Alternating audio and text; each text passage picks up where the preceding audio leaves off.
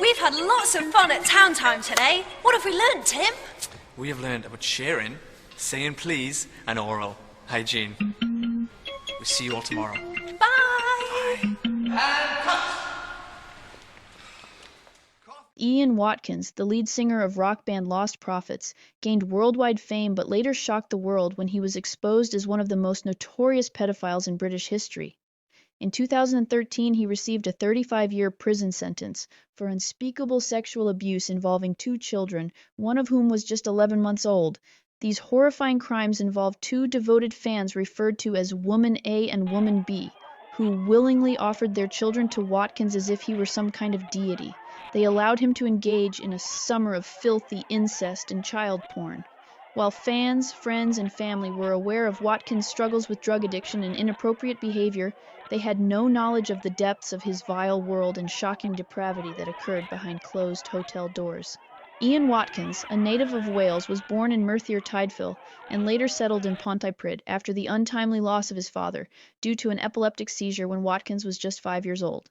During his primary school years, Watkins formed a close friendship with Mike Lewis, who became the bass player in their band.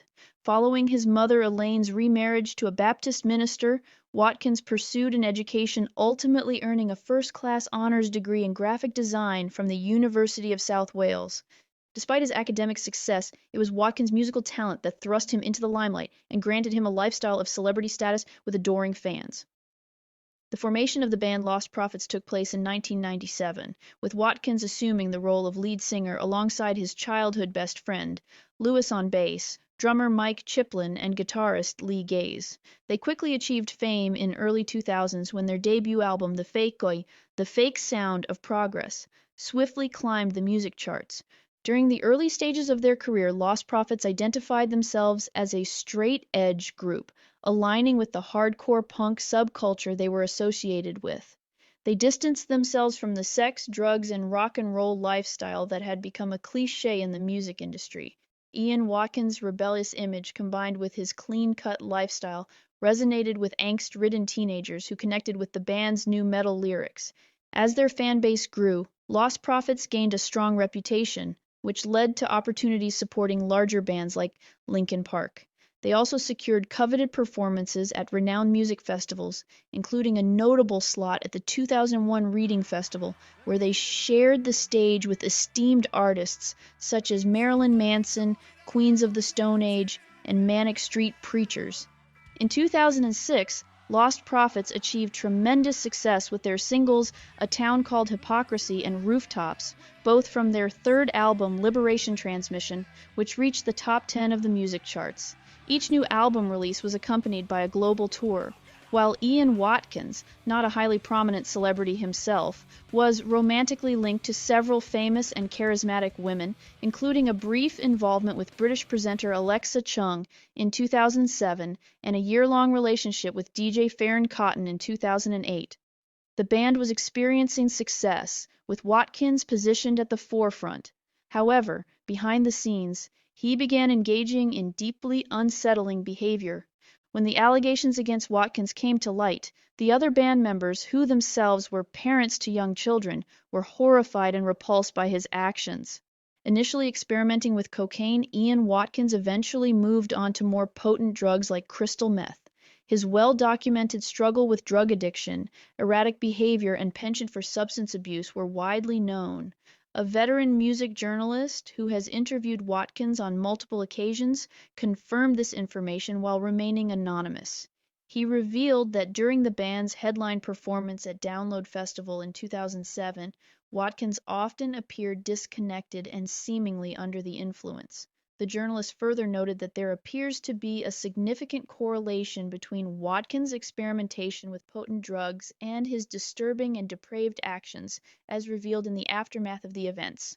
In 2007, Ian Watkins, the lead singer, extended an invitation to a female fan and her daughter to join him backstage at one of his shows. He autographed a poster for the woman's daughter, referring to her as beautiful. However, the fans' unease began to grow a few years later when she stumbled upon a photo showing Watkins and her daughter, prompting him to comment that they would make a good-looking couple. This remark, considering her daughter was only 7 years old, was highly inappropriate and deeply troubling. In an interview with the Welsh news agency Wales Online, she revealed that Watkins would manipulate each girl, making them believe they were the sole focus of his attention and importance. This unsettling incident served as a foreboding indicator of the rock star's manipulative behavior.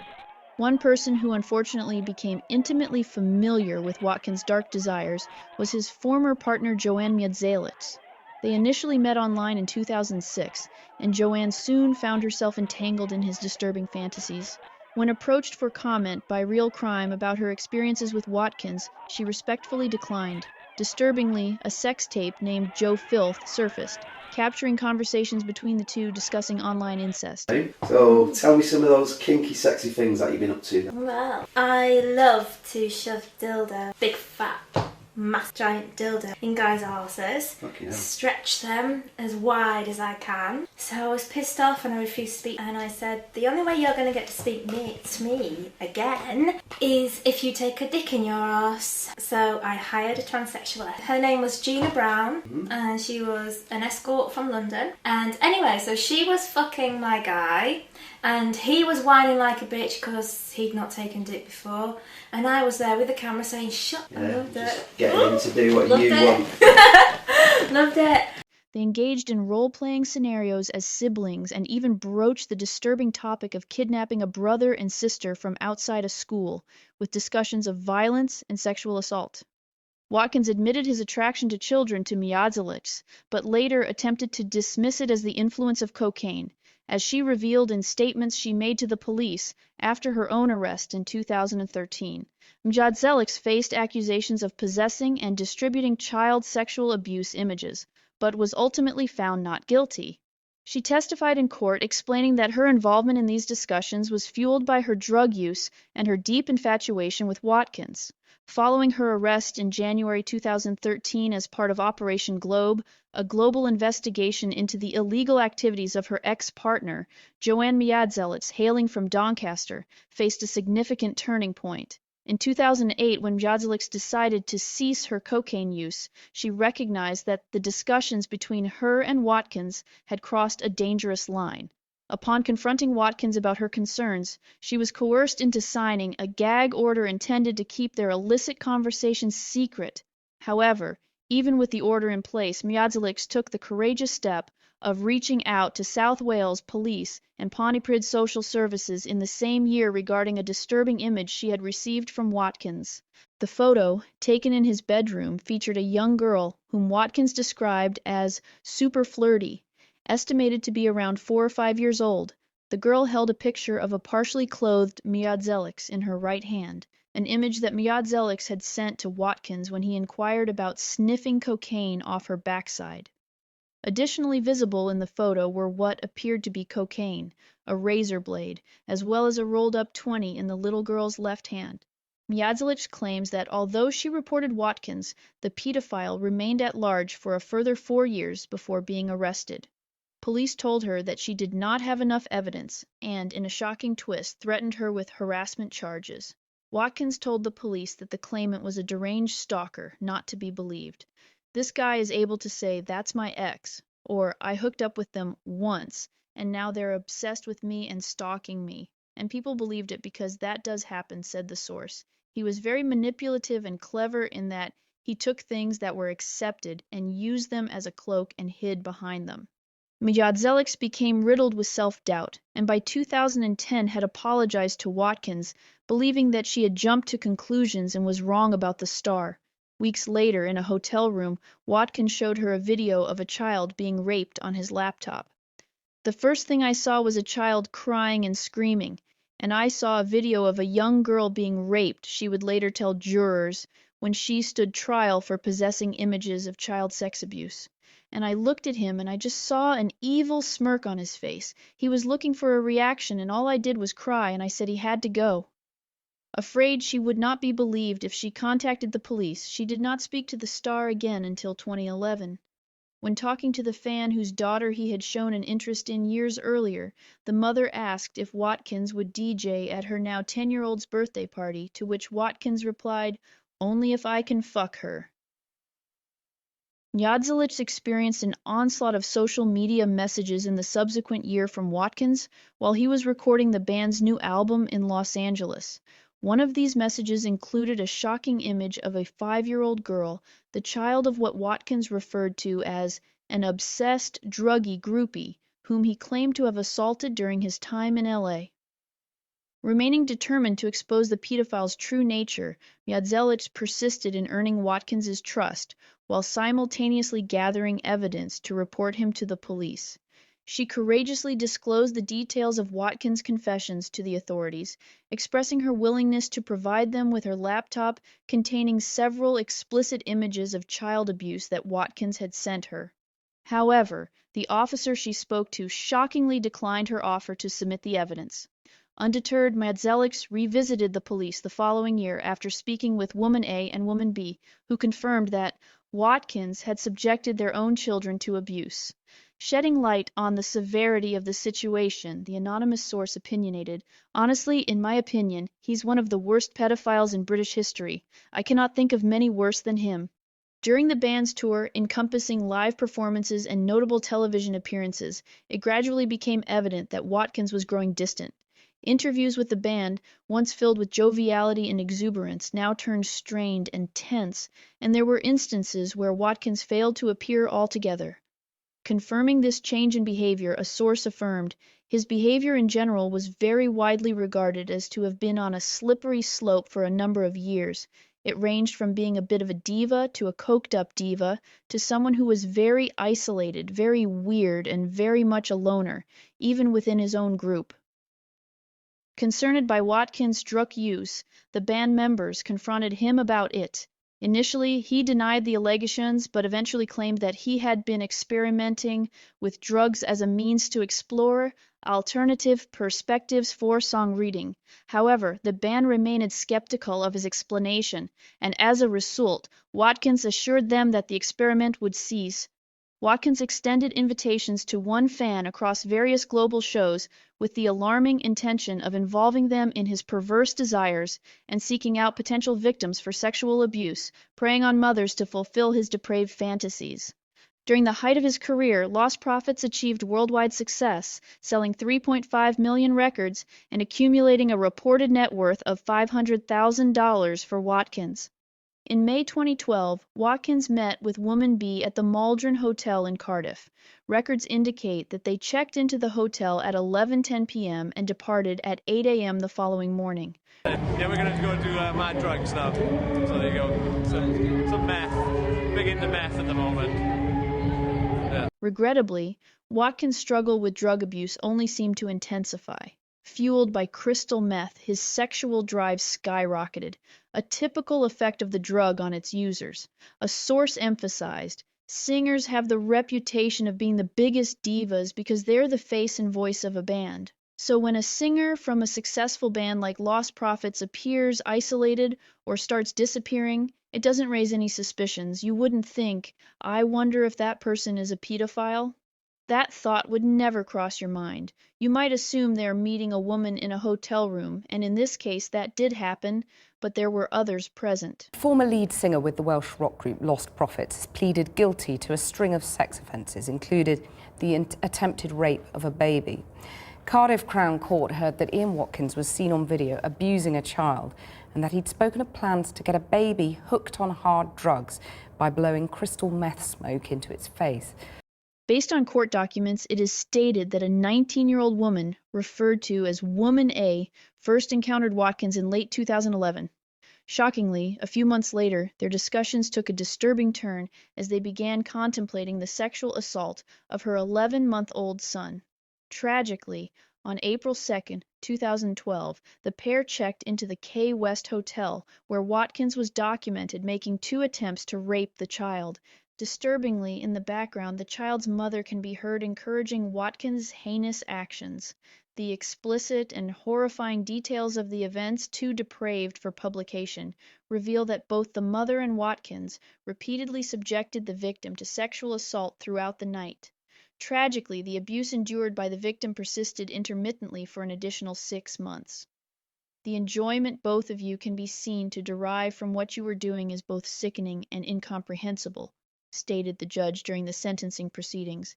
During this period, the band became acutely aware that Watkins's drug abuse had spiraled out of control.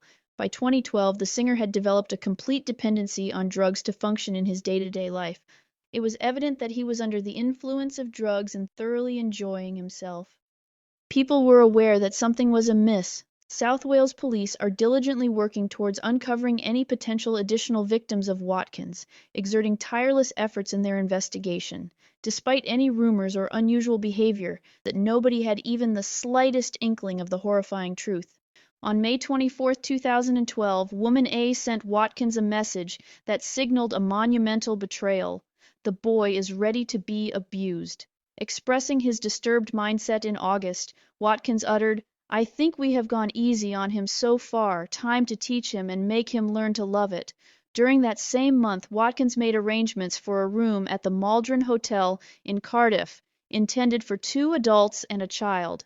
Subsequent investigation uncovered messages and a train ticket that validated the woman's journey. Additionally, data seized by the authorities revealed that the pair maintained regular contact through the internet and subjected the victim to further abuse through video chats. Similar to the explicit messages he had previously sent to Woman A, Watkins displayed a determined intent to push boundaries. In August 2012, he conveyed to Woman B his desire to cross the line, expressing his disturbing assertion that if she belonged to him, so did her baby. Shockingly, the superfan willingly agreed, affirming their shared commitment to worship Watkins. Disturbingly, discussions between Watkins and the mother included plans to introduce the victim to hard drugs like crack cocaine. On September 12th, during a webcam session, the mother subjected her baby to further sexual abuse, while Watkins watched unabashed and visibly aroused, showing no remorse for the vile acts taking place. Sally O'Neill, who was representing Watkins, made the argument during his appeal that his sentence was excessively severe. However, the judges dismissed the singer's plea for a reduced prison term. The evidence presented against Watkins was highly disturbing.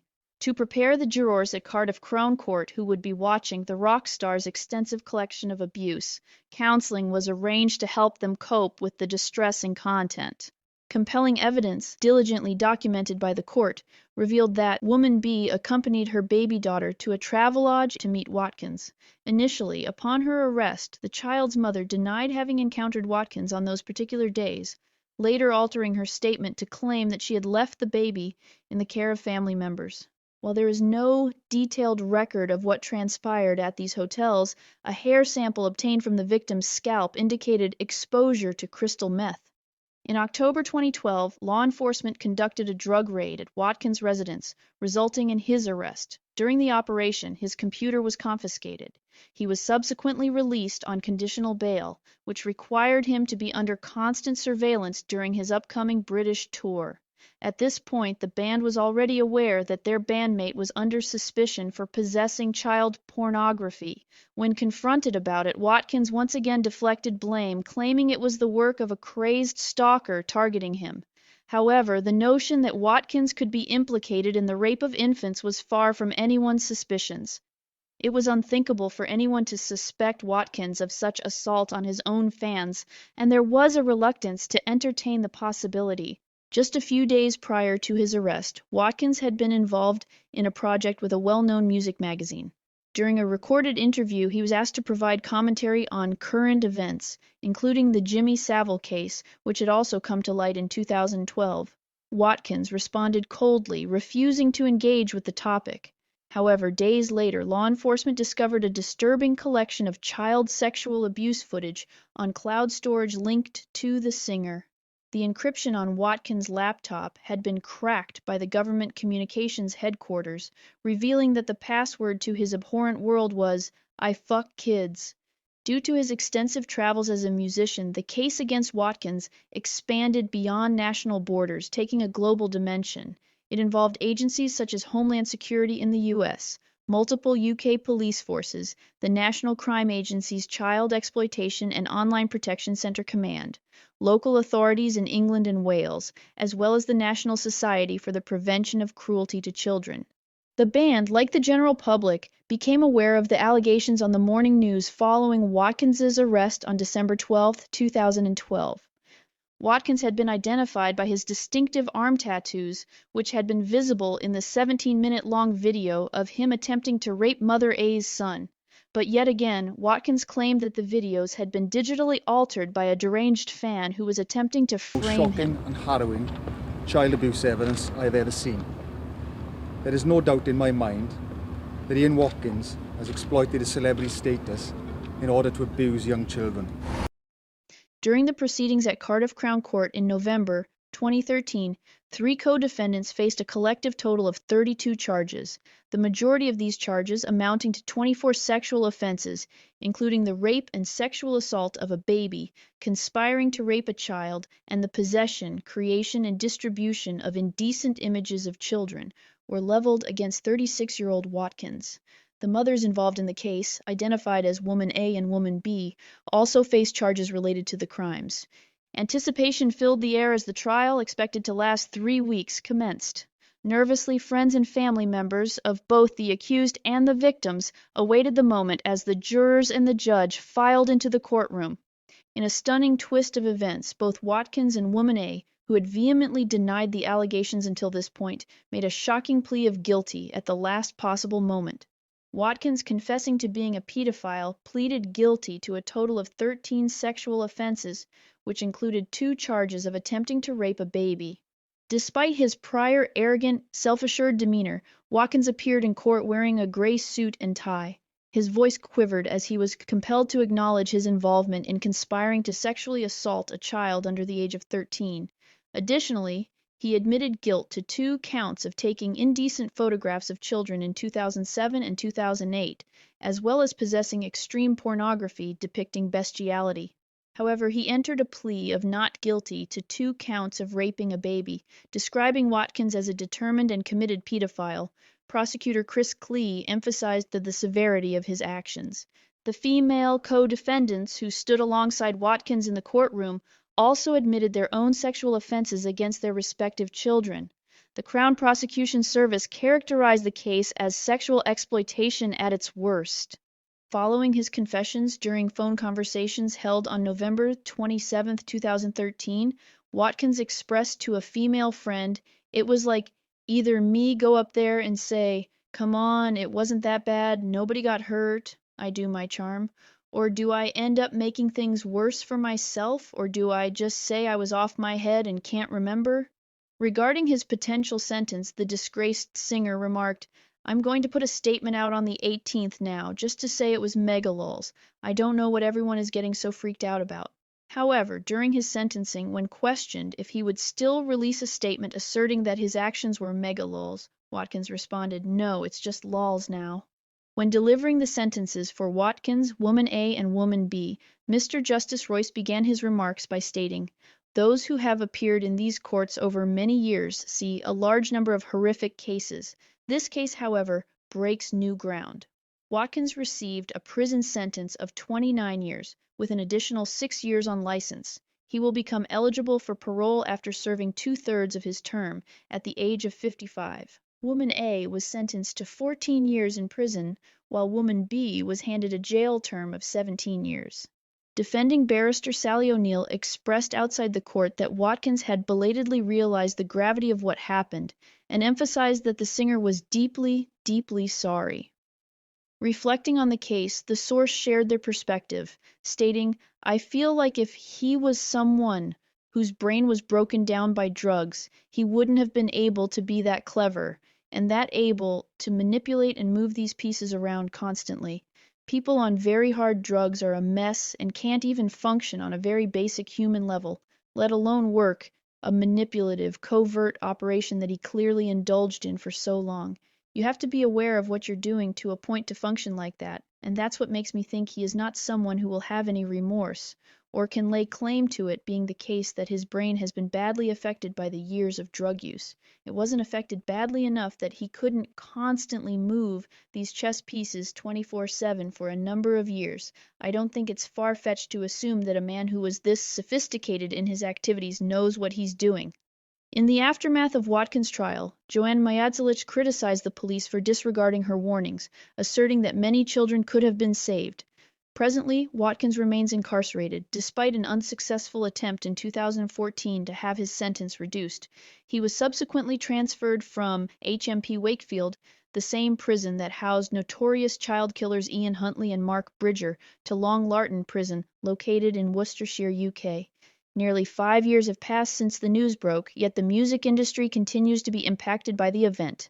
In 2016, a panel recommended that 3 officers from the South Wales Police Force, consisting of a detective sergeant and 2 detective constables, should face misconduct proceedings. The panel concluded that the detective sergeant facing accusations of gross misconduct had not taken sufficient action to advance investigations, leading to allegations from a main witness being dismissed unjustly. As for the 2 detective constables also accused of misconduct, the report found that they had not pursued all reasonable and practical lines of inquiry. Furthermore, an additional investigation conducted by the IPCC examined how South Yorkshire Police handled the Watkins case, particularly regarding the allegations reported to the force in 2012. This inquiry resulted in improvements to their approach in investigating child sexual offenses.